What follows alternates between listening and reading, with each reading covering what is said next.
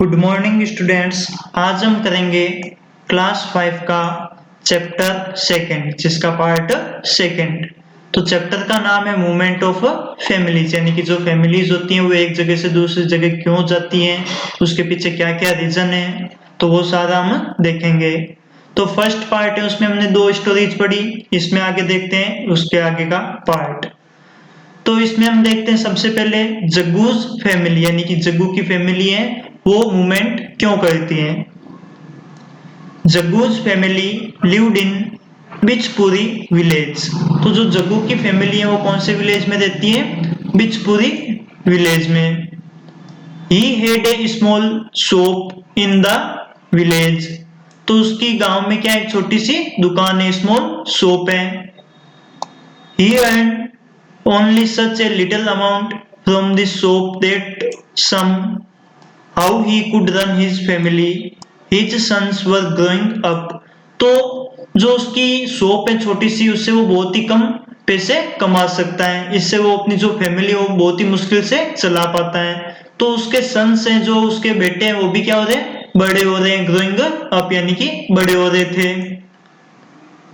One day, एक दिन, his cousin came to the village and took both of his sons along with him to the city to make them work at his shop. तो एक दिन उसका cousin आया। कौन आया? उसका कजन आने के बाद उसने क्या किया, जो जग्गू है उसके दोनों बेटों को अपने साथ सिटी लेके चला गया और वहां पे उनको काम देने के लिए अपनी शॉप के अंदर रख लिया। Later Jaggu's son Bhola wanted to start his own business. तो कुछ टाइम के बाद जो जग्गू का सन है भोला, वो क्या कहता है? अपना खुद का बिजनेस स्टार्ट करने की सोचता है। At that time he had to faced various problems like shortage of money, place for business, but still he didn't lose courage and his relatives helped him. तो इसके लिए जो बोला है उसे बहुत ज्यादा प्रॉब्लम्स फेस करनी पड़ती हैं, जैसे शॉर्टेज ऑफ मनी, यानी कि पैसे नहीं होने की वजह से, प्लेस फॉर बिजनेस, यानी कि बिजनेस करने के लिए उसके पास जगह भी नहीं थी, बट उसने अपना जो कोरेज है, अपना जो उत्साह है, उसे उसने नहीं खोया। और कुछ टाइम के बाद उसके जो रिलेटिव्स हैं, उसके जो रिश्तेदार हैं, उन्होंने भी उसकी हेल्प की। Thus his business started running well. तो उसके बाद उसका जो बिजनेस है वो बहुत अच्छे से चलने लग गया। He called his family here. तो उसने अपनी फैमिली को भी अपने पास बुला लिया। He made all arrangements for education of his younger brother and sister. तो उसने अपने जो छोटा भाई और छोटी बहन है उसके लिए पूरे एजुकेशन के अरेंजमेंट कर दिए ताकि वो एकदम इजीली पढ़ सके। Now they are running their own business but still today they miss their family paternal village. तो अब वो अपना बिजनेस है वो बहुत अच्छे से चला रहे हैं, लेकिन आज भी उन्हें अपने जो विलेज है, फैमिली विलेज यानी कि पैटर्नल विलेज है, उसकी बहुत ही ज्यादा याद आती है। On special occasions they visit their village. तो कुछ स्पेशल ओकेजन होते हैं, उसके ऊपर वो अपने विलेज जाके आते हैं। तो ये थी जग्गू की फैमिली की स्टोरी। नेक्स्ट है फेमस प्लेस, यानी कि कौन कौन से प्लेस हैं वो फेमस हैं। Galiakot is a town in district Dungarpur. तो डूंगरपुर डिस्ट्रिक्ट है, उसका एक गलीकोट टाउन है। Where the world famous tomb of Maula Fakhruddin. तो जो डूंगरपुर डिस्ट्रिक्ट का गलीकोट टाउन है उसके अंदर क्या है? World famous tomb of Maula Fakhruddin, यानी कि मौला फखरुद्दीन है उसकी वर्ल्ड फेमस मस्जिद है। शीतला माता टेम्पल, शीतला माता का टेम्पल भी वही है।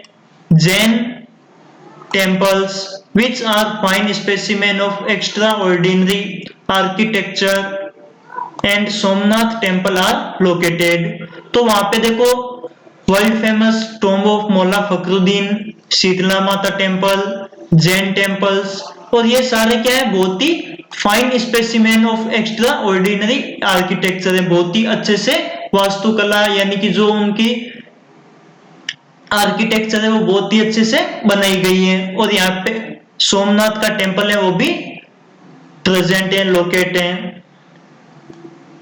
Due to construction of Kadana dam in the state of Gujarat, this area came within the range of inundated area.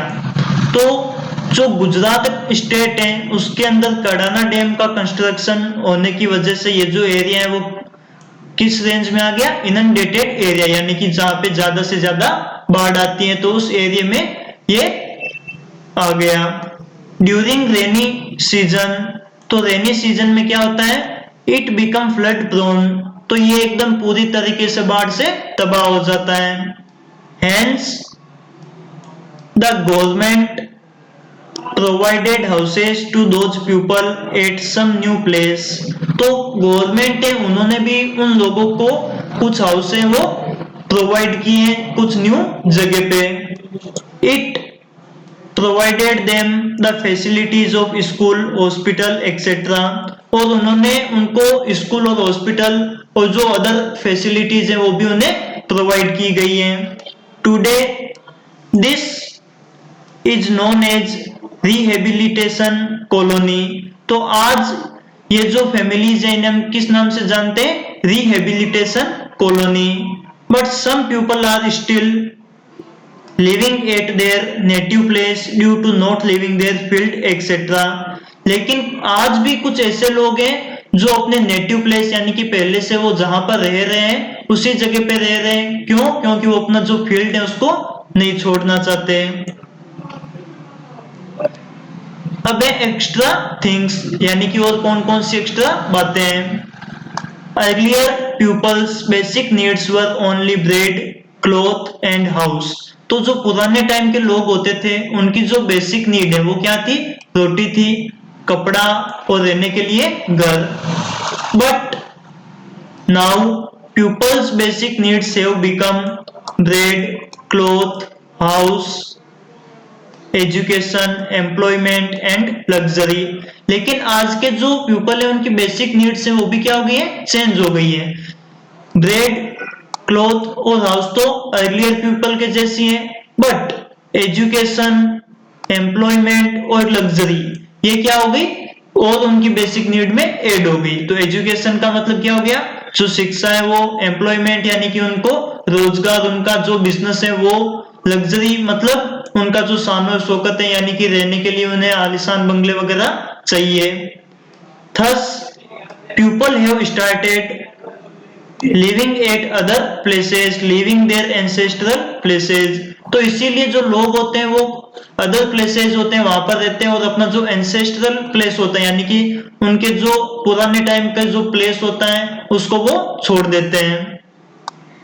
Due to different reasons some families keep on moving from one place to another, तो कुछ different reason की वजह से भी बहुत सी families होती हैं जो अपनी जो मूविंग है या अपनी जो मूवमेंट है उसे कैरी करते हैं और एक जगह से दूसरी जगह जाते रहते हैं।